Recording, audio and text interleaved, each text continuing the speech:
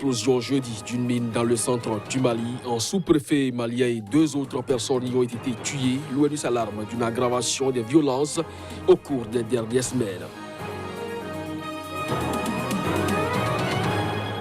En Tunisie, des ONG ont fait des suggestions aux autorités. Elles appellent à libérer les détenus âgés et à ne pas emprisonner des citoyens pour violation du confinement imposé avec la pandémie du Covid-19. L'Organisation mondiale de la santé voit planer plus de dangers sur l'Afrique. Selon l'OMS, certains pays pourraient s'approcher d'un pic de l'épidémie de coronavirus sur la base des tendances actuelles. Vous êtes bien sûr Sika, bonjour et bienvenue dans cette édition. Explosion jeudi d'une mine dans le centre du Mali. Un sous-préfet malien et 2 autres personnes y ont été tuées. L'ONU s'alarme d'une aggravation des violences au cours des dernières semaines dans le pays. L'information a été donnée par un responsable du ministère de l'administration territoriale sous couvert d'anonymat. Un sous-préfet qui circulait dans un convoi militaire a perdu la vie quand son véhicule a sauté sur un engin explosif improvisé. La scène s'est produite dans le nord du Mali, entre Koro et Dinangouro. 2 autres personnes ont été tuées, mais l'on ne savait pas dans l'immédiat s'il s'agit de civils ou de soldats. En dehors des attaques contre l'armée ou les populations, la pose de mines artisanales le long des principaux axes de communication a fait des dizaines de morts chez les soldats maliens ou étrangers et chez les civils. Jeudi, la mission de l'ONU au Mali s'est alarmée d'une nouvelle détérioration sécuritaire dans le centre du Mali, en particulier d'une augmentation des violences entre communautés. Entre le 1er mars et le 3 avril, plus de 70 personnes ont été tuées dans des attaques attribuées à des groupes extrémistes, des chasseurs traditionnels d'oiseaux et des milices d'autodéfense. L'apparition du nouveau coronavirus est venue aggraver la crise multiforme qui existait.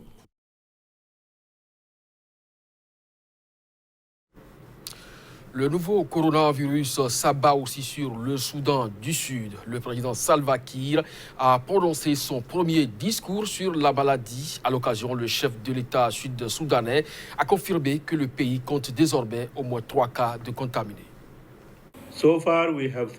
Jusqu'à présent, nous avons 3 cas confirmés de Covid-19, tous provenant de personnes ayant voyagé à Juba et à Torit depuis des pays infectés par le Covid-19.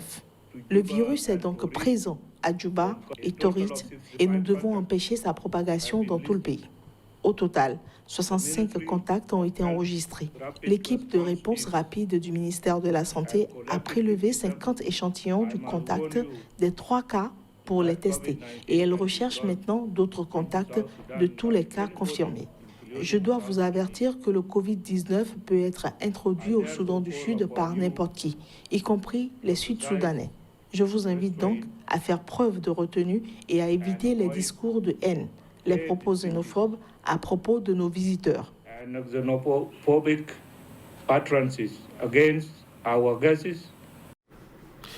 Une équipe de professionnels médicaux chinois est arrivée à Abuja pour aider le Nigeria à lutter contre la pandémie du nouveau coronavirus. L'ambassadeur de Chine au Nigeria explique ce geste comme une façon de rendre l'amitié et la gentillesse offerte par le Nigeria, alors que la Chine se trouvait à l'étape la plus difficile de l'épidémie de Covid-19. Voici les images. Un groupe de médecins chinois est arrivé mercredi au Nigeria pour aider le géant ouest-africain à lutter contre la pandémie du nouveau coronavirus. L'équipe de 15 personnes a été accueillie par de hauts responsables nigériens sur le tarmac de l'aéroport d'Abuja. Arrivés à bord d'un avion chargé d'équipement médical d'une valeur d'environ 1,5 million de dollars américains, ils doivent rester 1 mois. You see, for us, it's a very simple thing. At the most difficult stage of China's fighting against COVID-19, we received support of all means from Nigeria. It's time for us to reciprocate the friendship and the kindness. The value of the equipment, medical supplies, is around $1.5 million, and including the other costs, like the chartered air flight, it's all around $2 million. Well, the federal government is very grateful and appreciates the initiative and the sacrifice and all the. We understand that the entire exercise has cost CCCC nearly $2 million, including the flight. So it's a good, valuable payment and contribution to the effort we are all putting up to fight this disease. Mais la décision d'envoyer de l'aide au Nigeria a provoqué des réactions hostiles de la part du principal syndicat de médecins du pays. L'Association médicale nigériane a condamné l'arrivée de médecins chinois alors que les agents de santé du pays combattent le virus dans des conditions déplorables. Le gouvernement nigérien insiste sur le fait que l'équipe chinoise aidera à conseiller les autorités sur la gestion de la pandémie en se basant sur son expérience toute récente. Le Nigeria, qui a enregistré jusqu'à présent 254 cas confirmés de Covid-19 et 6 décès, est considéré comme très vulnérable en raison de son système de santé défaillant et de sa forte densité de population. Au Bénin, après la détection de plusieurs cas liés au coronavirus et le décès d'un patient, les autorités béninoises ont durci les mesures contre la propagation du Covid-19. Le port du masque de protection est désormais rendu obligatoire. Les habitants de Cotonou se sont rués dans les pharmacies au premier jour de cette nouvelle mesure pour acheter les masques de protection, provoquant ici des pénuries. Le gouvernement avait décidé mardi d'obliger les Béninois à porter donc ces masques en tout lieu, dans l'administration publique comme privée, notamment dans les réunions, les rencontres, dans les marchés, les magasins et également les boutiques. On fait le point avec cette intervention des uns et des autres qui apprécient la mesure. Et un masque ne peut pas être porté en 2 jours. On porte aujourd'hui, c'est que si demain, on va encore changer. Donc il faut que les moyens de la personne soient un moyen vraiment très solide, pour que la personne peut payer ça aujourd'hui et demain encore payer ça à 200 francs. Disons, une semaine, ça peut évaluer vers quelque chose de 1500 à 2000. Donc vraiment, c'est difficile. Donc on est obligé d'aller prendre ça chez les vendeurs ambulants au bord des voies. Donc, c'est pas, on dit que le truc est obligatoire, mais on vient en acheter, mais on n'en trouve pas. Je suis obligé d'acheter ce qu'ils vendent souvent au bord des voies, dans les feux tricolores. Mais est-ce que ça là aussi, ça nous donne assez de sécurité?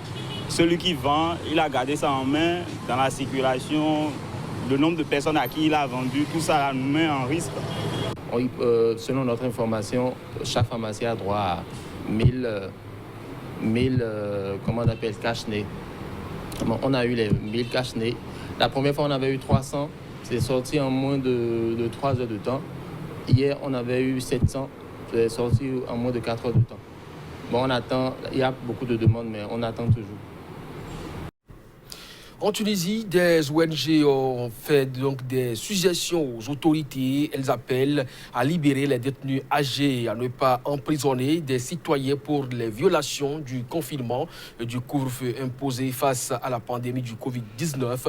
Les organisations concernées proposent de privilégier en lieu et place amendes et travaux d'intérêt général.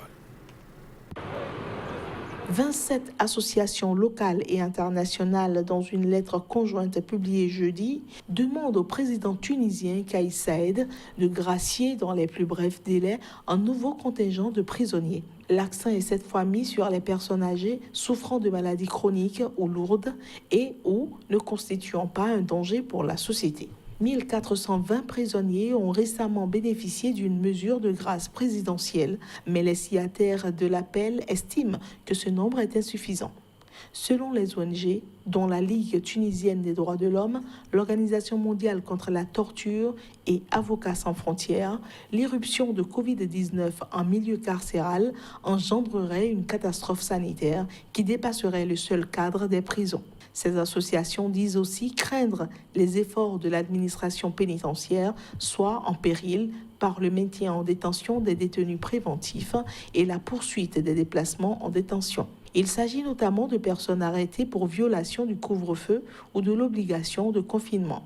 Selon la lettre, plus de 1500 personnes auraient été arrêtées pour ces motifs durant les 16 derniers jours et un certain nombre d'entre elles placées en détention. Les signataires exhortent le chef du gouvernement a substitué la sanction pénale pour ces violations par une contravention passible d'une amende ou d'une peine de travail d'intérêt général. L'Organisation mondiale de la santé voit planer plus de dangers sur l'Afrique. Selon l'OMS, certains pays pourraient s'approcher d'un pic de l'épidémie de coronavirus sur la base des tendances actuelles. Le continent africain a jusqu'ici recensé officiellement environ 577 décès par le nouveau coronavirus contre près de 90 000 à l'échelle planétaire. L'Organisation mondiale de la santé s'est inquiétée jeudi du manque criant de moyens dont dispose l'Afrique pour lutter contre le coronavirus. Alors que la maladie s'étend sur le continent, il y est noté un nombre très restreint de lits en soins intensifs et d'appareils respiratoires. L'Afrique est jusqu'ici relativement épargnée par le coronavirus, mais a tout de même enregistré plus de 11 500 cas et plus de 570 décès. Le nombre de cas en Afrique continue de croître et de plus en plus de pays du continent voient le virus se propager au-delà des capitales. La semaine dernière, certains scientifiques ont fait des remarques regrettables sur les essais de vaccins en Afrique. J'aimerais donc insister sur quelques points à ce sujet, à savoir que nous encourageons les pays à s'engager dans des essais de vaccins qui respectent les normes internationales en termes d'éthique, de respect des droits de personnes. Nous encourageons en fait les pays africains à s'impliquer dans les essais non seulement pour les vaccins, mais aussi pour la découverte de thérapeutiques, car c'est de cette manière qu'ils seront les plus adaptés et pertinents pour les populations africaines. Mais je voudrais souligner que tous les essais cliniques seront entrepris en respectant absolument les normes internationales. De nombreux pays africains ont pris des mesures de prévention en isolant notamment les malades et retraçant leurs contacts. Selon l'OMS, la mise en place d'un système de détection précoce et des interventions fortes et exhaustives autour de chaque cas pourront éviter une propagation plus large du Covid-19.